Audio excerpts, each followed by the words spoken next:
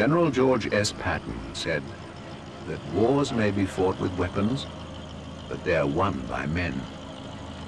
Those sentiments were probably of little comfort to the first Allied flyers to face Messerschmitt's Me 163 Comet. With a top speed of 620 miles an hour, the Comet lived up to its name and was the fastest aircraft of the Second World War. Now, 40 years later, the guns are silent and the world is a very different place. But at the RAF's Aerospace Museum in Cosford, this piece of history lives on.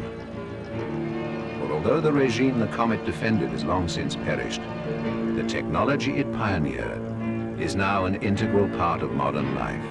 The marriage of rocket power and a startling swept-wing design foretold the shape of things to come. Called the powered egg by the elite men chosen to fly it, the 163 is still the only rocket-powered fighter to go into combat.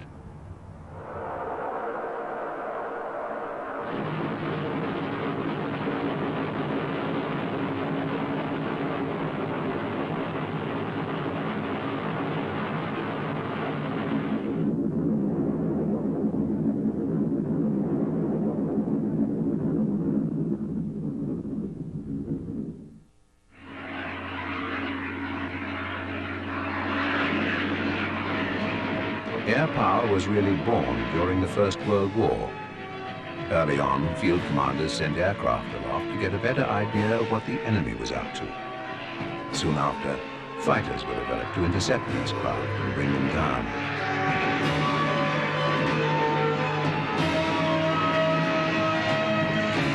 After the armistice, the Treaty of Versailles imposed severe restrictions on Germany's Air Force. Restrictions which in many ways brought them one step closer to the Comet's technology.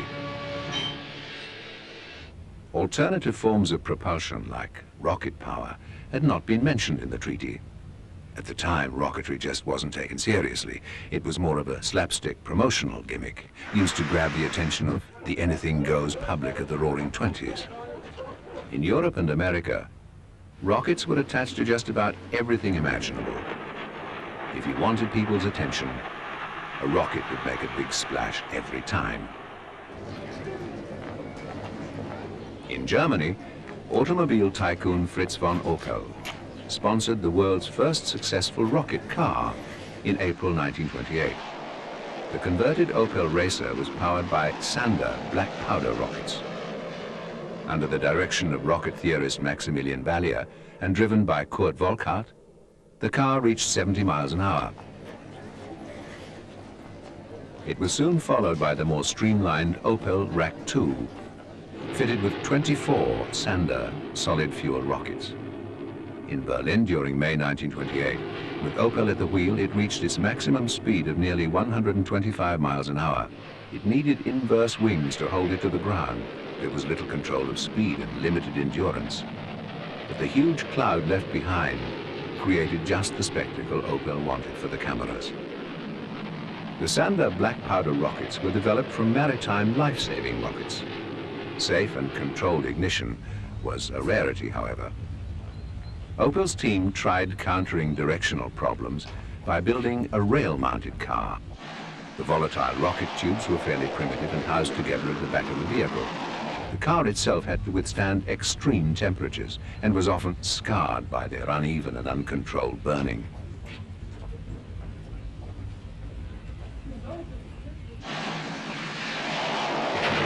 The stunts were sheer spectacle and followed eagerly by the public. The scientific community, however, didn't share this enthusiasm. It seemed what was important was the publicity itself. The bigger the explosion, the more breathtaking the crash, the better the result.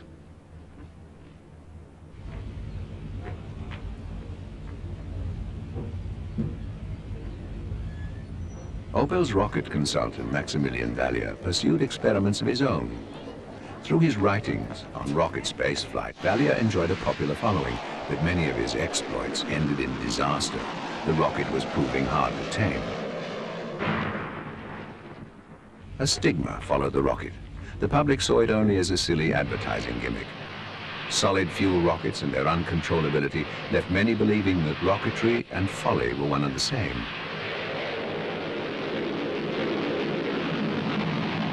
Reinhard Tilling's airmail delivery system was one among many postal rocket concepts. His device, full of mail, was blasted to a great height by solid fuel rockets. When it reached its zenith, wings would spring out and the rocket would float spiraling back to Earth.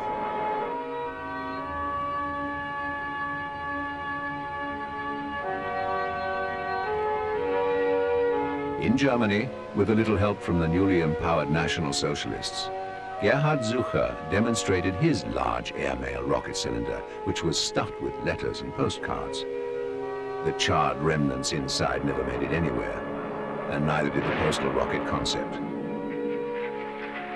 In Nazi Germany, a race of warriors was being bred, and young children were encouraged to learn aviation skills in government-backed model glider competitions. The boys became young men, and the gliders got bigger. Almost imperceptibly, a new generation of airmen embarked on its training. Finally, in 1935, Hitler presented the Luftwaffe to the world, audaciously renouncing the Treaty of Versailles. Now, new pilots and new technologies would rewrite the rules of aerial warfare.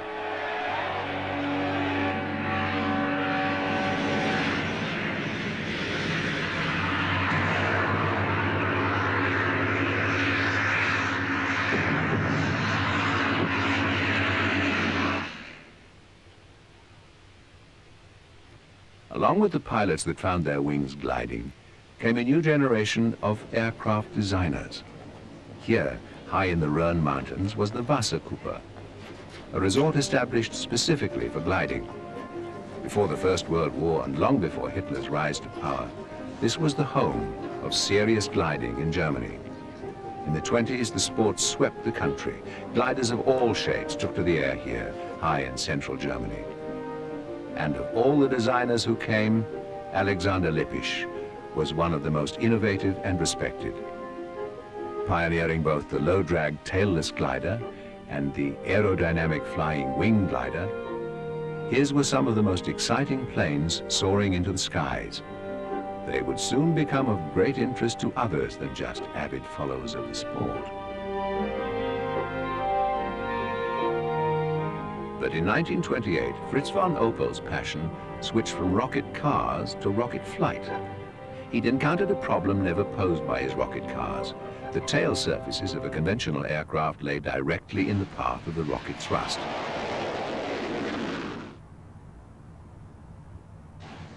This little aircraft was designed with its tail set high. It was actually Opel's second rocket glider. Months before, he'd sought out a brilliant glider designer he'd heard about who was working on a tailless aircraft high in the Rhone Mountains. And so he came up there to our mountain resort and asked about this, whether we would have a plane which had no tail on it. He wanted to try a new engine.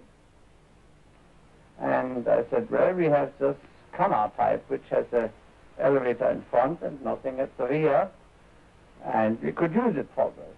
And so he came up in summertime with these rockets, and we mounted the rockets on this thing, 3 rockets.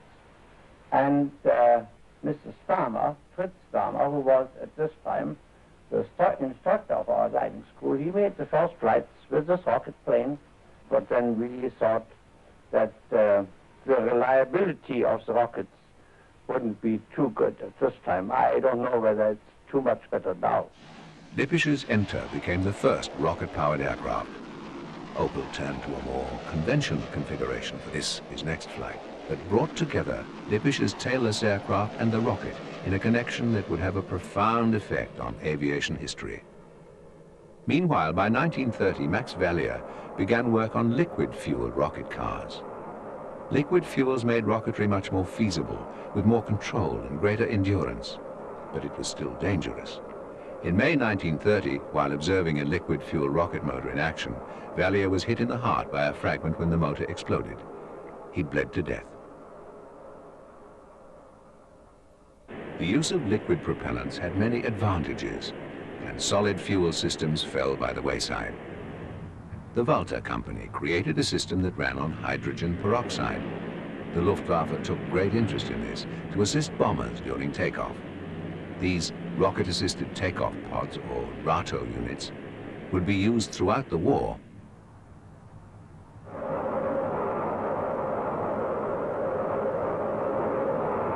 The work paid off when an experimental rocket-assisted Heinkel 112, originally meant to use liquid oxygen-based fuel, adopted Walter's motor instead.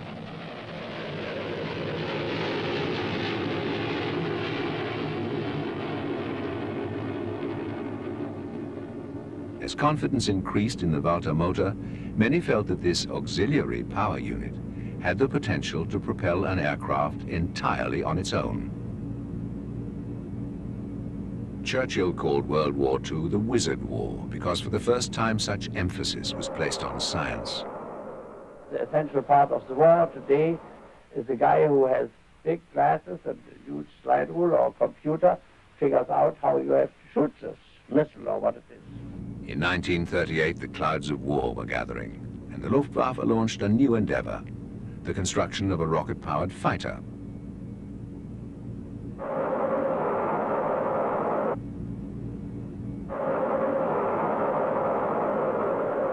For this, the Walter rocket motor was chosen.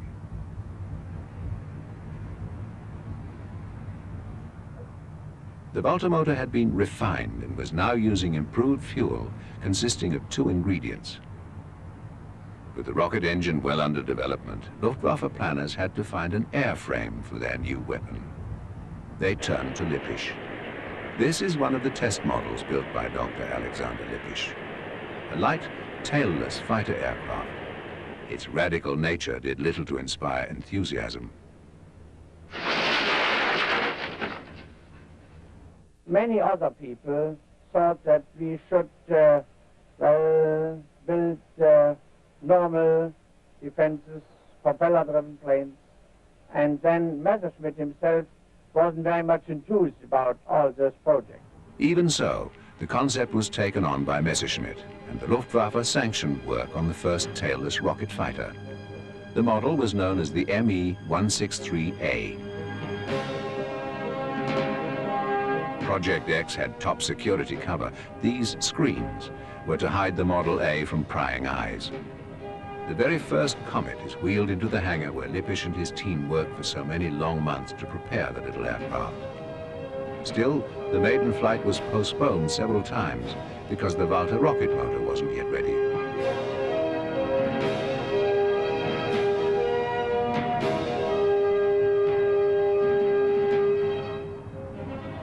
Finally, in 1940, the famous German glider pilot Heini Dittmar, who'd flown many hours in Lippisch tailless aircraft, was ready to take the first Comet into the air. The problem with rocket motors at the time was their limited endurance. On the one hand, there was tremendous thrust and an incredibly high rate of climb. On the other, it burned up all its fuel within minutes, relying solely upon gliding ability to get back down safely.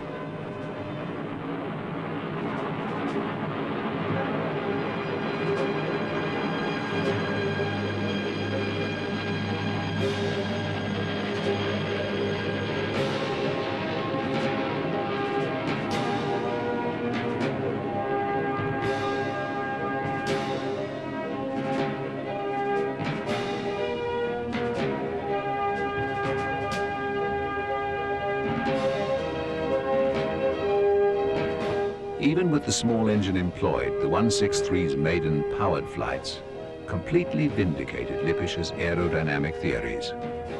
The sweeping wing blending into the fuselage handled superbly. As these trials proceeded, larger engines were already under development.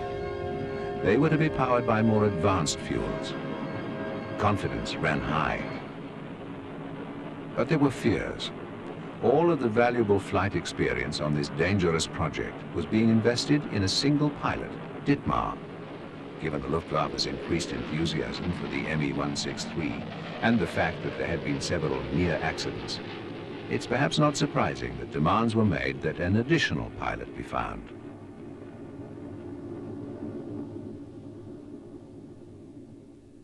Rudi Opitz, another glider champion, well respected by Lippisch, became the second man to fly the revolutionary machine. He found it a whole new experience. if you had a dish of bean soup or something like that, you were in trouble because at that high climb rate, you blew up like a balloon. We sent all our pilots to Germany's highest mountain. There was a hotel up there, and we would have them there for I think 3 weeks to get adjusted to the altitude. Its high rate of climb was unique, but in many ways it handled like other planes of the day, and was truly a pleasure to fly. The mainstay of Lippish's basic concept, and perhaps a legacy of his glider designing days, was that the Comet should be as light as possible. To this end, the aircraft was never fitted with its own undercarriage, but rather relied on a dolly that was jettisoned just after takeoff, and the landing was executed on a retractable skid.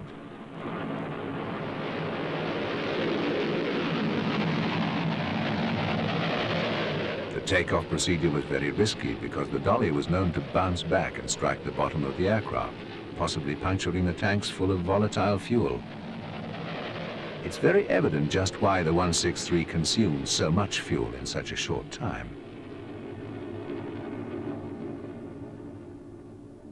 They wanted to fly it over a measured course. They had set up a course along the Baltic Sea with theodolites to see how fast it flies, because up to now the first 3 flights were all climbing flights. During the speed test, the Comet was towed to its release height, saving fuel exclusively for the run. Dittmar is in the 163, Opitz in the tow plane. This particular model was fitted with a 750 kilogram thrust engine, nearly twice as powerful as those used previously.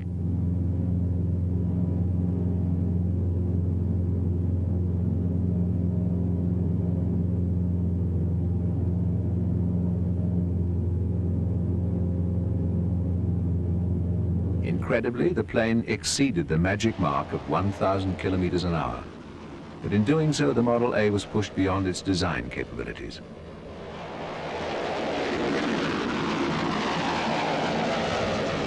It accelerated very fast to that critical Mach, and it just went out of control.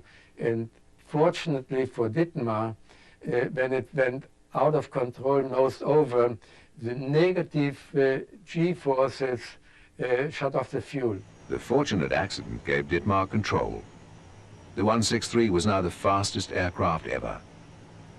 The veil of secrecy left Dittmar's achievement untold. Heine Dittmar's luck didn't last, however. He soon became the Comet's first casualty. The seat was sitting direct off the structure, of the very rigid structure for the skid that supports the skid. And there was no give. There was nothing would buckle or so. You sit without a cushion on that seat. And when he came there, it was like a hammer. Here he was sitting in terrible pain. He couldn't move. The landing skid wouldn't lower, and the impact left him with a broken back. For now, Heine Dittmar was out of the program. In October 1941, the decision was made to turn the experimental Me-163 Comet into a combat fighter. Germany had been at war for 2 years and sorely needed a defense for the fatherland against swarms of Allied bombers.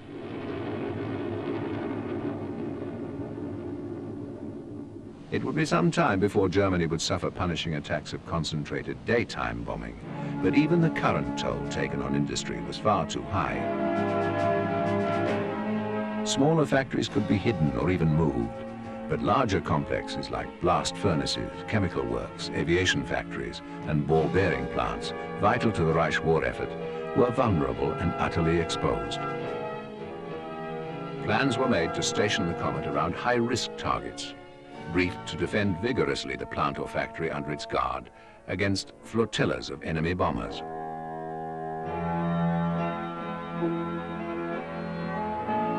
By the middle of 1943, American daytime raids with up to 1,000 bombers and as many as 700 escorts were punishing German industry daily.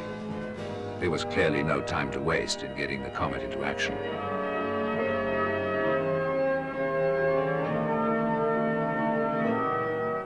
The fighter version of the 163, the B model, was designed for simpler mass production and could carry more fuel than the Model A prototype.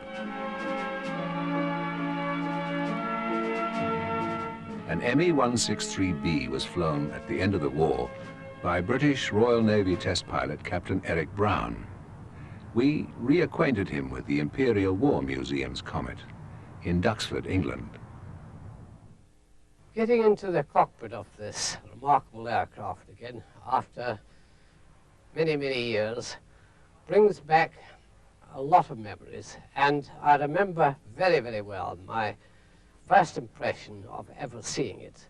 I was struck by how small it was and yet how elegant it looked, and at the same time how very lethal.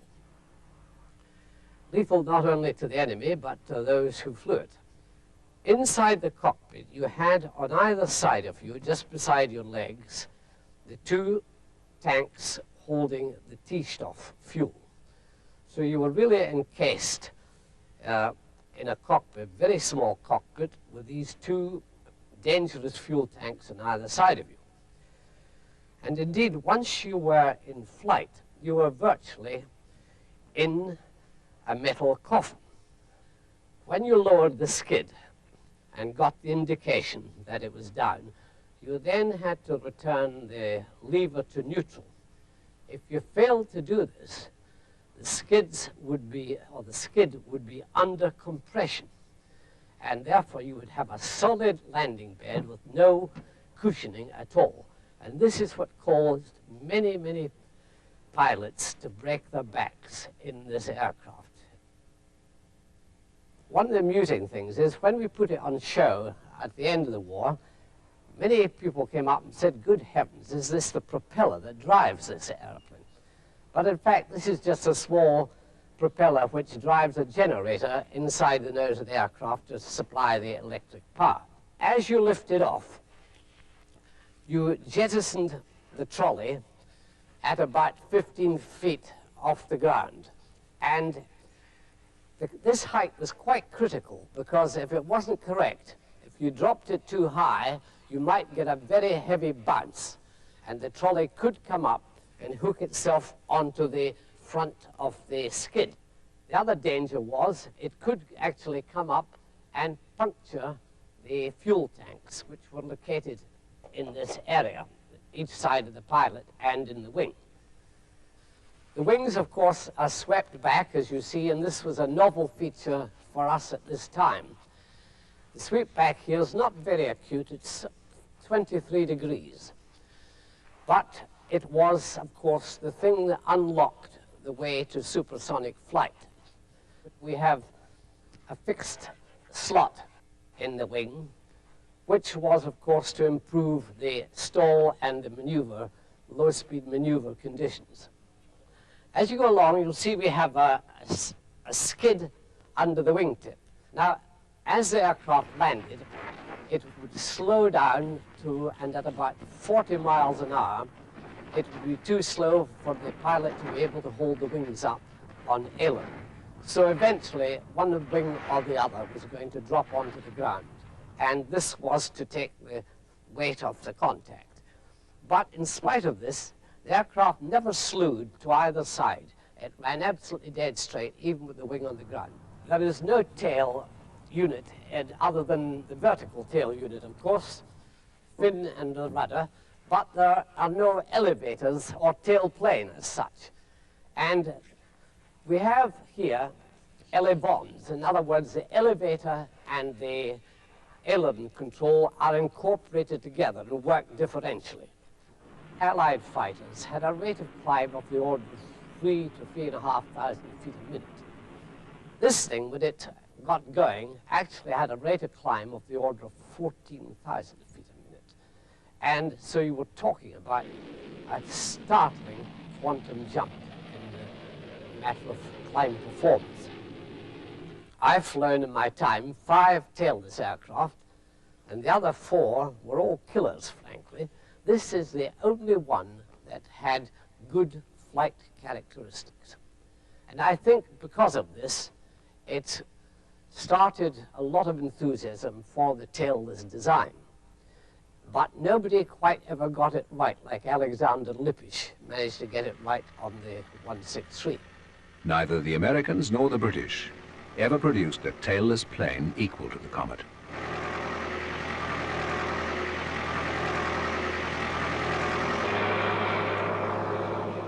The first combat 163s were ready for their tryout flights by February of 1944, and by the end of the year almost 230 were delivered. Getting them into action was another story, because every aspect of the plane and its operation was new to ground crews and pilots alike. It was a daunting endeavor.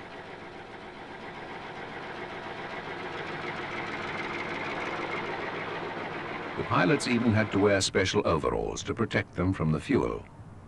The Comet was anything but conventional, and men flying the plane had to be intimate with its peculiarities. Even bailing out of the aircraft was by no means easy. And the canopy would float 1 inch over the frame. It wouldn't blow off. It flew in the boundary layer of the aircraft. And it went through all maneuvers, and he came down and hadn't gotten rid of the canopy. And when it came to a stop, the canopy fell off.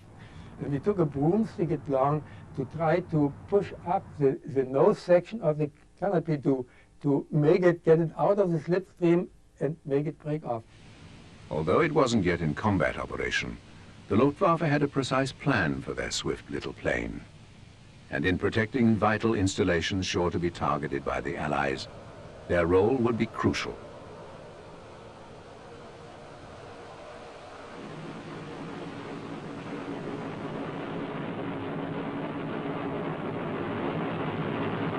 Still terribly limited in range, the Comets had a flight radius of a mere 25 miles and a maximum 10 minutes flight time. In fact, fully 1/3 of their fuel supply was consumed simply in getting off the ground. The remainder was burnt as the aircraft rose at over 80 yards a second. When it reached its operational height, the Comet had less than 2.5 minutes to intercept enemy planes. It was a handicap, yet the plane's great speed also meant that within 5 minutes of scrambling, 163s were diving through Allied bomber formations. After a few swift passes, the attack was over. With no fuel, the Comet would simply glide back to base. This unpowered descent was a time of great vulnerability, with no second chance at landing and no power to avoid enemy fighters. Experienced pilots could come in steep and fast to avoid any lurking fighters, but the inexperienced would have to fly a long, slow approach. This was the window of opportunity for Allied aircraft to pick the Comet off.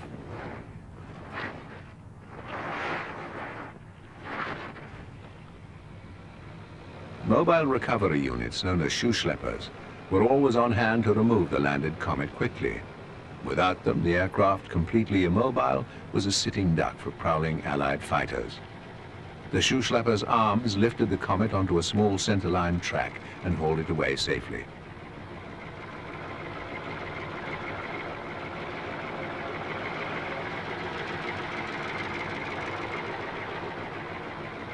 And while the relentless American bombing attacks went on, swift recovery meant that a Comet could fly several missions a day, sometimes within the span of an hour or so.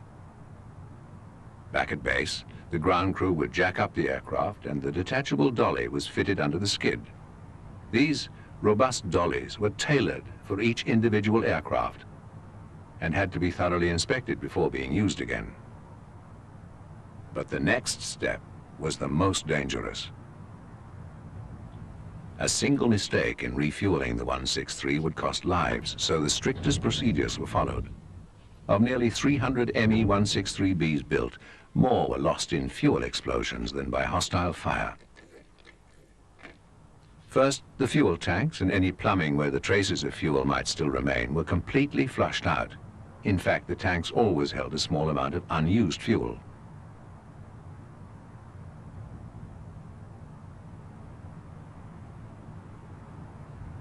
The flushing process was absolutely vital, because by now the Comet had an advanced engine which used two types of fuel, C-stuff and T-stuff.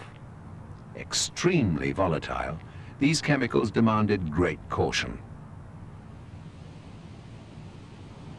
When the tanks were fully topped off with water, compressed air was shot into the fuel system to ensure that every crevice was washed. Only then was the water released.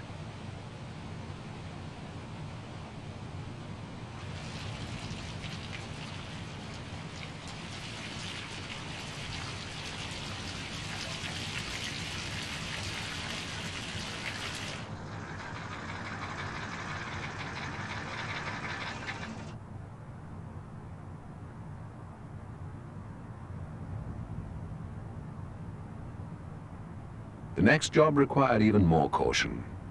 Refueling the 163 was taken one step at a time.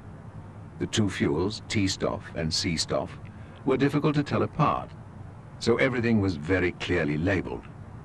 First, the C-stuff, a hydrazine hydrate and methanol fuel mixture, was carefully pumped into its separate tank. During the entire process, plenty of water was kept running to neutralize any spillage.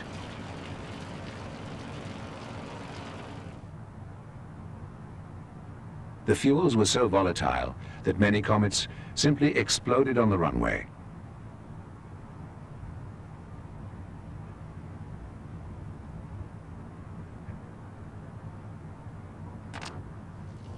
When the C-stuff was loaded, the ground crew washed off anything that might have come into contact with the toxic fuel.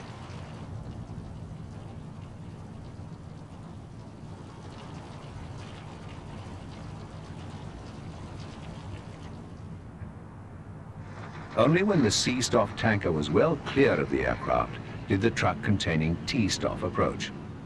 T-stuff was basically hydrogen peroxide, and as a precaution was handled by entirely different service personnel.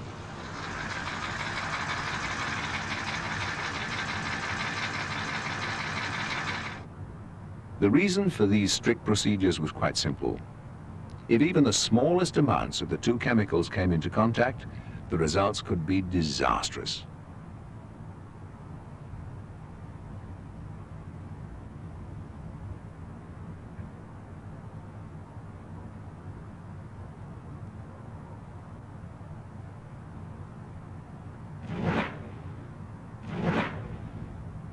I would say the handling of the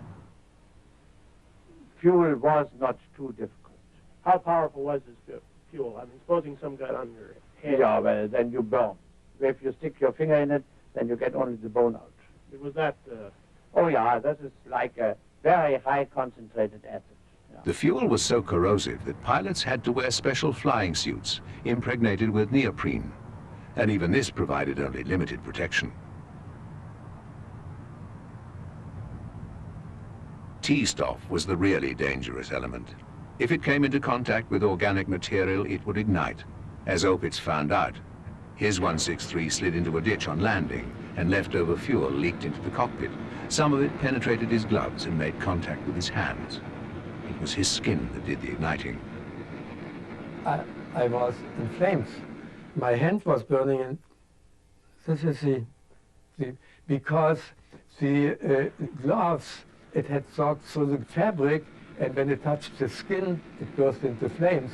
And the fabric, just nylon, if it gets hot, it cakes. You couldn't get it off.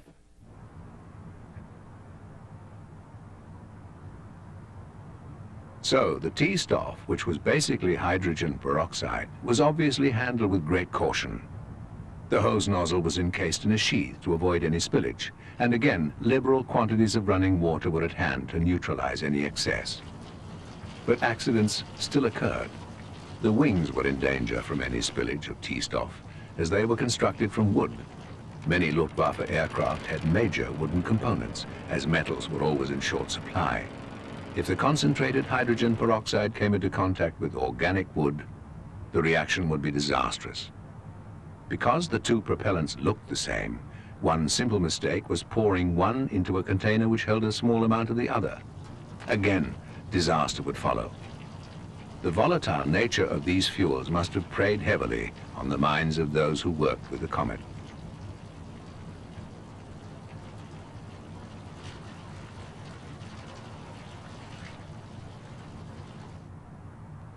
After refueling, the 163 could be anchored down for a static engine run.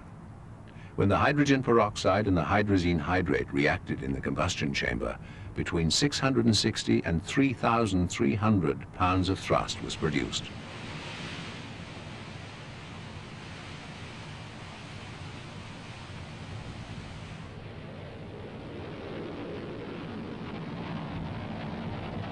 Full throttle, the tanks had only enough fuel for 4 minutes and 11 seconds. During these static tests with no cooling airflow, water was sprayed on the rocket orifice.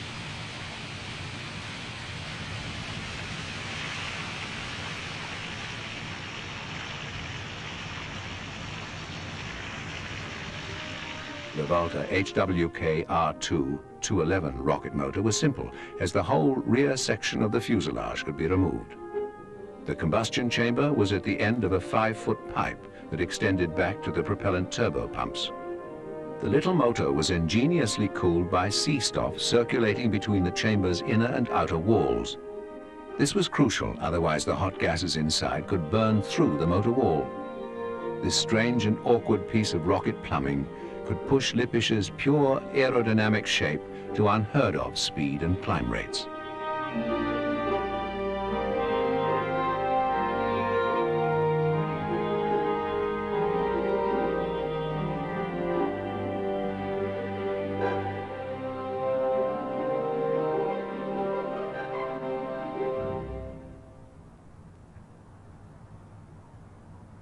One of the greatest setbacks the 163 program encountered was a freak accident involving Germany's famous woman pilot, Hanna Reitsch, whose aviation exploits had made her a national heroine. In October 1942, Reitsch used her prestige to get a flight in the 163, but the dolly didn't detach properly and she was injured when she made a forced emergency landing in a nearby field. It was a potentially fatal blow to the program. I proved that nothing is wrong. I attached a dolly to it, fixed that it couldn't come up. I flew it, I landed it, and this was necessary to get the program going, because she was such a very highly regarded person that something happened to her that is not worth the program, and it could kill the program. The Comet program survived Hanna Reitsch's accident, but in spite of Lippish's continued success, his relationship with Messerschmitt deteriorated, and he soon moved on to other things. Messerschmitt he knew quite well from old glider times, because Messerschmitt himself started out early with gliders, very old Wasserkuppe time, when Lippisch was new there and Messerschmitt built up there. So there was some contact there before, and Messerschmitt agreed to have him in to do that. But of course, I don't think it would have ever been a relationship that could prevail over any length of time. Lippisch moved to Austria, but never lost his fascination with flight. His fertile mind continued to delve into the many realms of aviation. Most of his time was spent in developing a radical design for a delta-wing ramjet.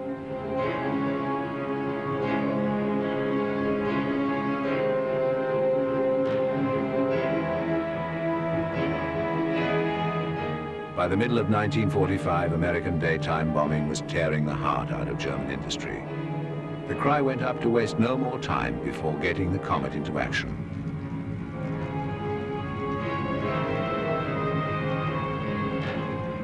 They considered our training flights a waste, because they felt every time there were all those aircraft flying in and bombing the country to pieces.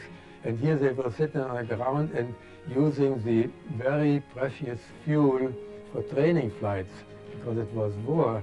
And they felt they are ready to go after a couple flights. As the bombing escalated, the vital installations necessary to German survival were strained to the limit. Deprived of them, the Reich would be broken. The time for the Comet's debut had finally and urgently arrived. Since we could climb with the military version of the plane in 2 minutes to about 33,000 and stay up there and make probably 2 or 3 passes, a large number of these planes would certainly made it very difficult to attack at daytime with bomber units.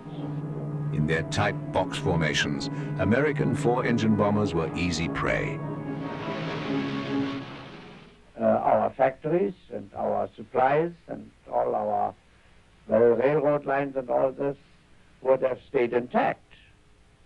That means that you have more possibility to survive. I knew for myself, I knew it in 41, that the war basically was lost.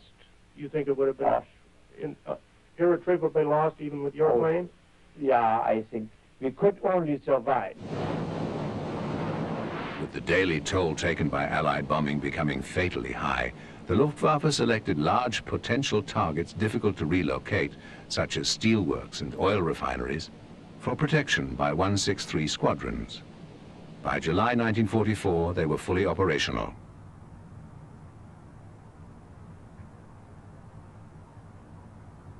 Situated close to their assigned installations, 163s were kept in constant readiness, sometimes with their pilots even waiting in the cockpit for the call to arms.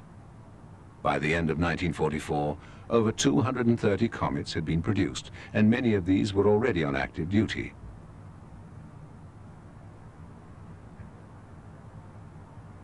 The problem the Luftwaffe's conventional interceptors faced in combating American bomber formations was accurately predicting where and when they were going to strike. And even when they guessed correctly, it could take half an hour to get there, by which time the damage was done. The Comet had no such problem. Like a spider in its web, it just sat, waiting for the drone of the B-17s.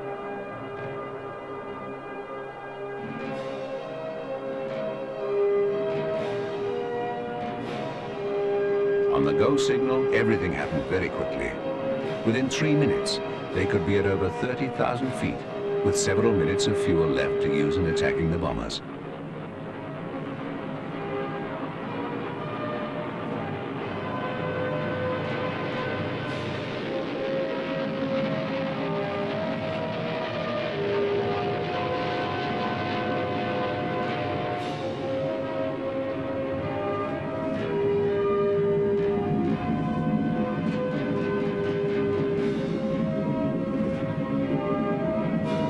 Comet's great speed and small size made it an impossible target for American gunners. By the same token, their speed worked against them, because 163 pilots actually had difficulty training their own cannon on the aircraft they stalked. The 30mm gun fired so slow that if you were out of phase, a B-17 could fly between the bullets, just like you shoot a machine gun through the propeller. Once this lightning attack was finished, Comet pilots faced the most dangerous part of the mission, the gliding descent back to base. Without power, they had only one chance to land safely. And in the process of getting down, they were defenseless against prowling Allied fighters.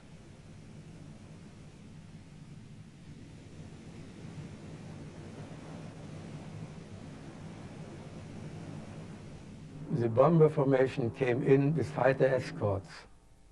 And though there was no safe level anymore, now when you came down to the airport and you set up a pattern and you go back to pattern speed, say at 5,000 feet, you come over the field and you slow the aircraft down and try to land, you are an easy prey for fighter pilots who just wait outside the airport and wait till you come back.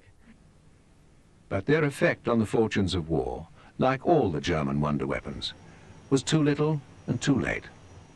By then, the Third Reich was far too enveloped by defeat's embrace for anything to save it.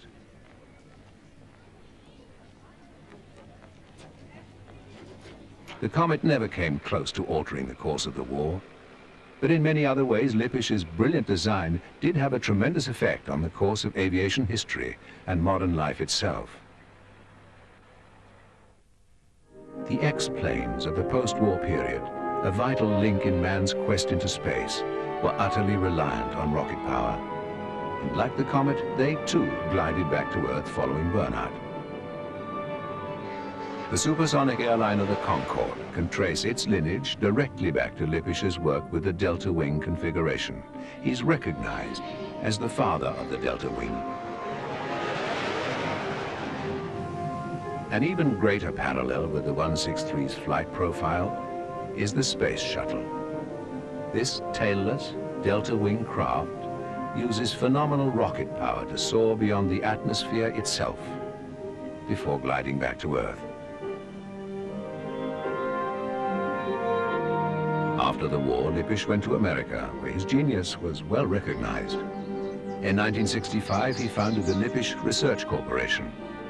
The man and his work were inseparable. Even in quiet moments with his family, his passion for flight burned deep inside him, only extinguished in 1976 by his death.